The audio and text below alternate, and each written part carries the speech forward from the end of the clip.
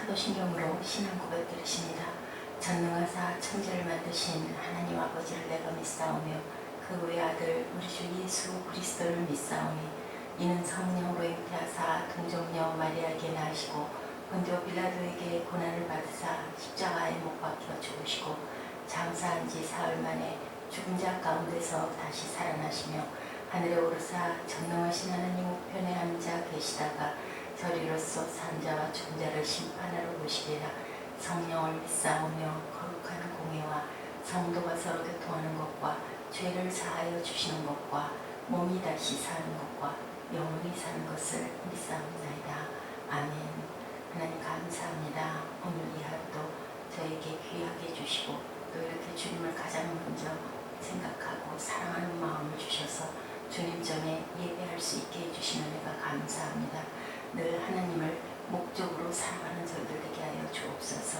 아버지 하나님의 수단이 되지 않게 하여 주시고 다윗이 하나님을 사랑했던 것처럼 주님이 하나님께 순종했던 것처럼 그러한 삶을 살아가는 저희 모범이 되는 그런 크리스찬들이 될 수 있도록 구별된 자들이 될 수 있도록 하여 주시옵소서.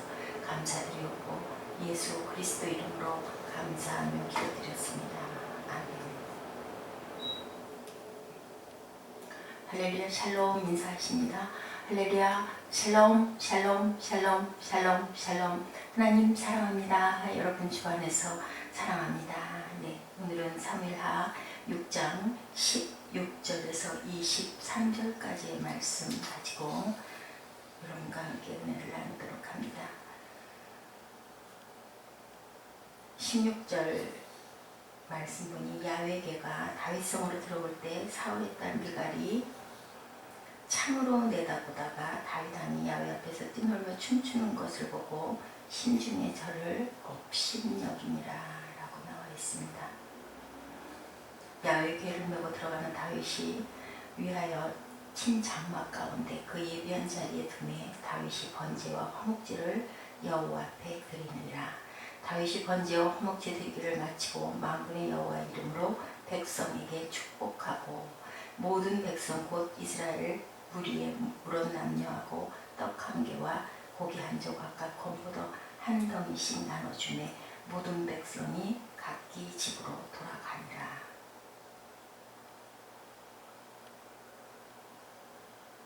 다윗이 자기의 가족에게 축복하러 돌아오매 사울의 딸 미갈이 나와서 다윗을 맞으며 가로되 이스라엘 왕이 오늘날 어떻게 영화로우신지 방탕한 자가 염치 없이 자기의 몸을 드러내는 것처럼 오늘날 그 신복의 계집종의 눈앞에서 몸을 드러내셨도다.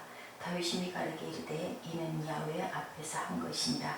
저가 내 아비와 그 온 집을 버리시고 나를 택하사 나로 여호와의 백성 이스라엘의 주권자를 삼으셨으니 내가 여호와 앞에서 뛰놀리라. 내가 이보다 더 낮아져서 스스로 천하게 보일지라도 내가 말한 바 계집종에게는 내가 높임을 받으리라 한지라. 그러므로 사울의 딸 미갈이 죽는 날까지 자식이 없으니라. 네. 내가 야훼 앞에서 뛰놀았기 때문에 누가 나를 천하게 여겨도 나는 상관하지 않는다. 이보다 더한 것도 내가 할 것이다 라고 다윗이 대답을 합니다. 아마 보기가 좀 민망하게 옷이 흘러내렸다고 그러죠. 에봇이. 믿음 생활을 할 때 가장 조심해야 되는 것, 그것은 우리가 가지고 있는 믿음이 얼마나 귀하고 소중한 것인가를 놓치지 말아야 합니다. 예, 주님이 주신 그 믿음, 우리는 눈에 보이지 않는 믿음이기 때문에 가끔은 밀어놨다 당겨놨다 할 때가 얼마나 많은지 모릅니다. 예, 알면서 모르면서 그런 경우들이 너무 많죠. 때론 우리가 믿음이라는 것이 우리에게 너무 가까이 있어서 그것을 함부로 대할 수가 있죠. 가까이 있다 보면 귀한 것을 몰라요. 예, 항상 옆에 함께 있던 사람은 늘 그저 있겠거니 그렇게 됩니다. 그런데 있다가 어디 멀리 간다든지 헤어진다든지 그렇게 되면 그 사람이 잘했던 것들, 그런 일들이 닥쳤을 때 그 사람 생각이 가장 많이 나죠. 또 그것뿐만이 아니라 많이 외로울 때, 혼자일 때, 혼자라고 느껴질 때, 누군가가 나를 귀하게 여겨주는 사람이 없다라고 느낄 때 굉장히 그것이 귀하구나라는 생각을 하게 됩니다. 항상 늘 있을 때는 우리가 밥도 그런 것 같아요. 항상 먹는 밥이다 보니까 아유 밥 먹기 싫어 이런 말이 나오죠. 그래서 뭐 고기를 먹어보고 국수를 먹어보고 떡국을 먹어보고 그리고 어때요? 한 끼 먹고 나서 두 끼째 먹으려고 그러면 밥 생각이 납니다. 그 맛있다는 빵을 먹고 피자를 먹고 우리 아이들 치킨들을 먹고 아이들은 좀 그게 덜한 것 같은데요. 저희 어른들은 오랜 세월 동안 30년, 40년 동안, 50년 동안 밥을 늘 먹던 사람들은 돌았으면은 밥, 김치 그런 생각이 나요. 근데 그게 뭐 그렇게 귀합니까? 항상 기본으로 먹는 것들이니까 그냥 없어도 어느 집이든 쌀은 있고 밥은 알 수가 있는데 그 별로 그렇게 반갑지가 않습니다. 그런데 누군가가 뭘 좀 사다가 아유 뭐 피자를 좀 드세요. 맛있는 피자예요. 아니면 케이크를 좀 드세요 하면 눈이 반짝 뜨이죠. 너무 반갑죠. 이것과 똑같지 않나 하는 생각을 저는 해봅니다. 오늘 본문에서 다윗은 하나님의 괴를 예루살렘에 가져오기를 바라고 있죠. 네, 얼마나 오랫동안 그 괴가 블레셋 진영에 있었어요. 그죠? 네, 그러다 보니까 이제 전을 지어라 라는 말씀이 있고 또 이렇게 왕으로 높여주셔서 아까 본문에서도 고백을 했듯이 내 가족들을 밀어내고 나를 이렇게 이 이스라엘의 왕으로 삼아주셨기 때문에 나는 무엇을 해도 상관이 없을 만큼 너무 기쁘다 그래요. 방탕한 자 같다라고 얘기를 하니까 21절에서 그렇게 다윗이 아주 좀 매서운 얘기를 합니다. 네, 야훼 앞에서 한 것이니라 저가 내 아비와 그 온 집을 버리시고 나를 택하사가 중요한 것 같아요. 나로 야훼 백성 이스라엘의 주권자를 삼으셨으니 내가 여호와 앞에서 뛰노라도 마땅하다. 이보다 더 낮아져도 상관없다. 내가 어떻게 여겨져도 나는 누구 앞에서 나의 하나님 앞에서 한 것이기 때문에 아무 거리낌이 없다라고 이렇게 얘기를 합니다. 언약궤를 옮기는 1차 시도가 어떻게 됐어요? 네, 실패했죠. 무사가 죽음으로 인하여 다윗이 두려워하고 놀라서 오베데돔의 집에 뒀더니 석 달 동안 뒀는데 그 집이 복을 받더라라고 나와 있습니다. 16장에 보면. 그래서 또 다시 용기를 내죠. 네. 야훼 앞에서 힘을 다하여 춤을 추는데 에봇이 벗겨졌어요. 그죠? 그래서 그것이 무슨 상관이냐라고 얘기를 합니다. 11절입니다. 여호와의 괴가 가드 사람 오베데돔의 집에 석 달을 있었는데 야훼께서 오베데돔과 그 온 집에 복을 주시니까 12절에 혹이 다윗 왕에게 고하여 가로되 야훼께서 하나님의 괴를 인하여 오베데돔의 집과 그 모든 소유에 복을 주셨다 하니라. 다윗이 가서 하나님의 괴를 기쁨으로 메고 오베데돔의 집에서 다윗성으로 올라갈세. 여기에는 이제 이 다윗성 예루살렘 성전이 우리의 영육의 근거지가 되기를 바라는 그러한 그 다윗의 마음이 있습니다. 그래서 꼭 이것을 내가 옮겨올 거야.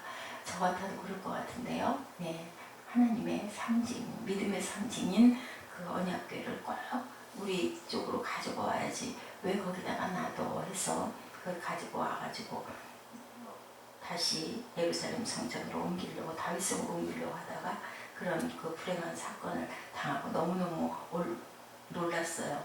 저도 그거 좀 넘어지려고 하니까 만졌는데 잡았는데 그걸로 죽을 일이야. 우리가 얼른 생각할 때는 그럴 수가 있지만 우리는 어때요? 믿음의 백성들은 하나님의 율례와 법도를 따라야 된다라는 그런 귀한 교훈을 주십니다.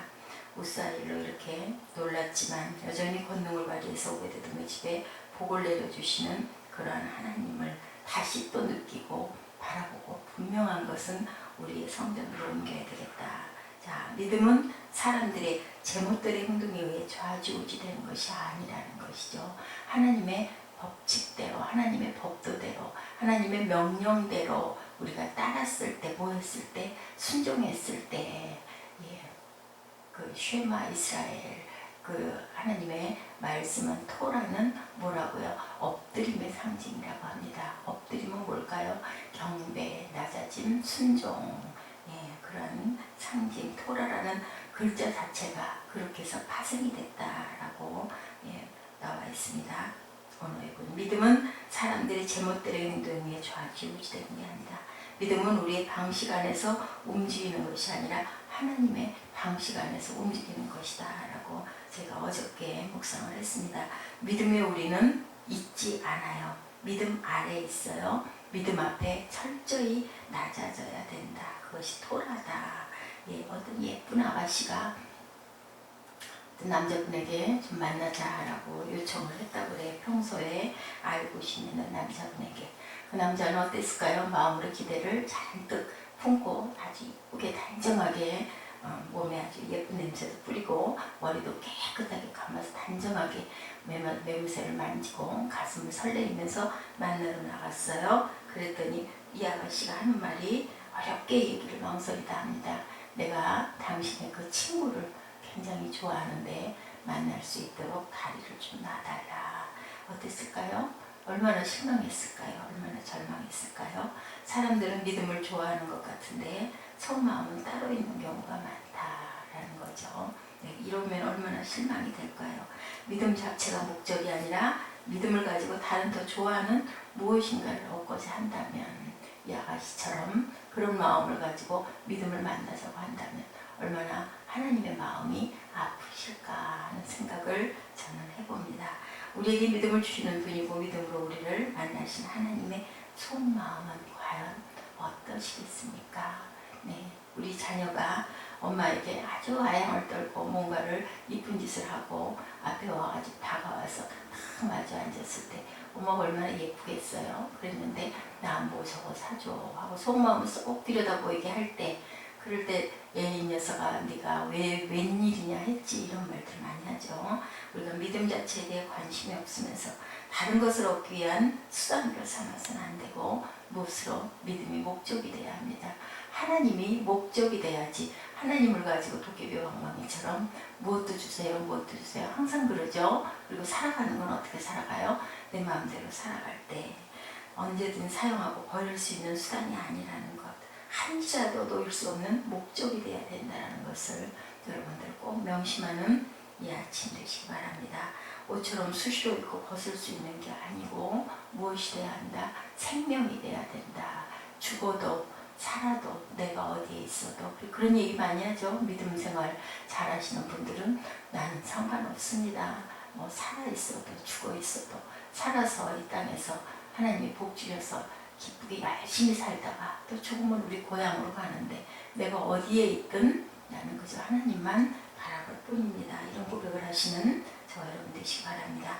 믿음의 당신의 삶에 최고의 가치를 가지고 있는지 무엇도 바꿀 수가 없는 그러한 믿음인지 그 대답은 그가 언약궤 앞에서 춤을 추고 있는 모습 이렇게 비난을 받으면서도 나는 이거보다 더 낮아질 수도 있다. 왜냐하면 그 계집종들은 나를 우러러볼 것이다. 나를 존중할 것이다 라고 얘기를 합니다. 위험 있는 행동이 아니어서 보기에 눈살이 찌푸러졌니? 그렇지만 나는 누구에게? 나는 하나님께 하고 있다 라는 아주 당당한 말. 춤추고 있는 그의 모습은 미가리 그의 모습처럼 왕으로서의 모습으로는 감점이지만 왕을 버리겠다는 거죠. 하나님의 자녀이면 된다. 왕은 그까짓 거 아무것도 아니다. 누가 주셨기 때문에 하나님이 주셨으니까 거두시든지 놔두시든지 내가 이 자리에 있든지 그냥 아무것도 아닌 성도의 자리에 있든지 우리는 상관할 일이 아니죠. 하시는 분은 하나님이 하십니다. 어느 자리에 있든지 우리는 그저 하나님만 바라보면 되는 거죠. 하나님의 백성으로 지극히 당연한 모습인데 다윗은 언약궤가 들어오는 가장 중요한 그 시간 모든 백성들이 바라보는 그 자리에서 왕으로서의 체면과 위엄 같은 거 다 버리고 온 신, 혼신을 다해서 그 영과 진리로 예배하는 모습입니다. 하나님의 한 백성으로의 모습을 선택했다는 것, 믿음을 가장 중요한 것으로 여긴 거죠. 군주로서의 삶보다 하나님의 백성으로 삶이 나는 더 중요하다라는 선포를 합니다. 그렇게 춤을 추고 있는 거죠. 지금 세상의 왕의 직분을 팔아서 하나님의 백성의 직분을 얻고 있는데 보통들은 어떻게 해요? 하나님의 그 특권을 남용해서 왕의 지위를 얻으려고 합니다.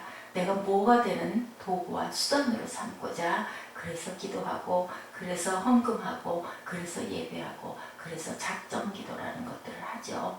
그것은 아니죠. 하나님이 주십니다. 하나님이 뜻대로 하시옵소서. 주님이 돌아가실 때 두려운 마음이 육신을 입고 와 계셨기 때문에 피할 수 있는 마음이, 피하고 싶은 마음이 있었어요. 할 수 있거든 하고 말씀하시죠. 그렇지만 내 뜻대로 마옵시고 아버지의 뜻대로 하시라고 합니다.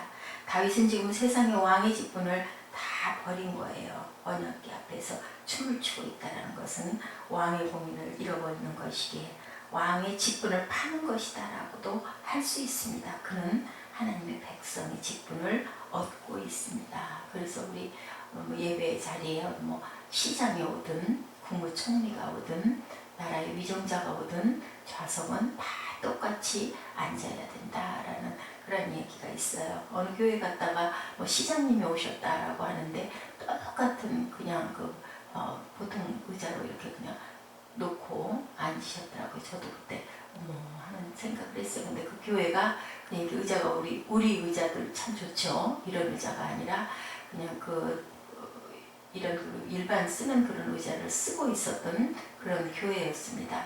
임시로 강당을 빌려서 쓰다 보니까 그런데도 똑같은 그런 의자, 특별히 의자를 좀 이렇게 좀 단정한 걸로, 좀 푹신한 걸로 따로 손님이시니까 놓을 수도 있었을 건데 아니더라고요. 그래서 저도 그때 그런 좀 의아해하는 마음을 먹기도 했는데 맞죠. 하나님 앞에서는 빈부 귀천 고하가 없어야 맞습니다.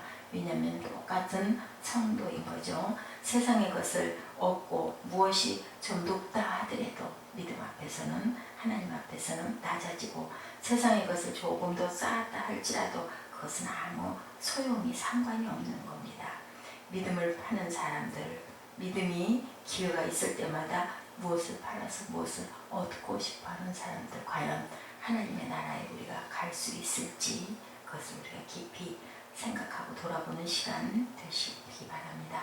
세상 사람들이 믿음을 아무리 가벼이 여겨도 우리는 믿음을 최고로 여겨야 되고, 믿음을 최고의 것으로 여기고 가장 귀하고 값진 보화로 여겨야 되죠.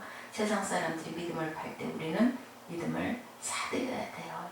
열심히 사들여서, 그리고 또 값없이 나눠줘야 됩니다. 우리가 조금 값이 들어가서 어디에 선교를 하고 어디에 후원을 한다 할지라도 그것은 누구의 것이기 때문에, 하나님의 것이기 때문에 하나님의 영광을 위해서 돌려드릴 줄 아는 그러한 마음, 그런 마음 가졌을 때 우리 마음에 무엇이 넘칠까요? 기쁨이 넘치죠. 세상이 줄 수 없는 그런 기쁨이 넘치는 줄 믿습니다. 그런 믿음으로 오늘도 누구를 위해서 충고하고, 누구를 위해서 찬양하고, 누구를 위해서 기도하는 그런 귀한 시간, 저와 여러분의 하루를 시작하는 시간 되시기를 주님의 이름으로 축복합니다. 기도하시겠습니다.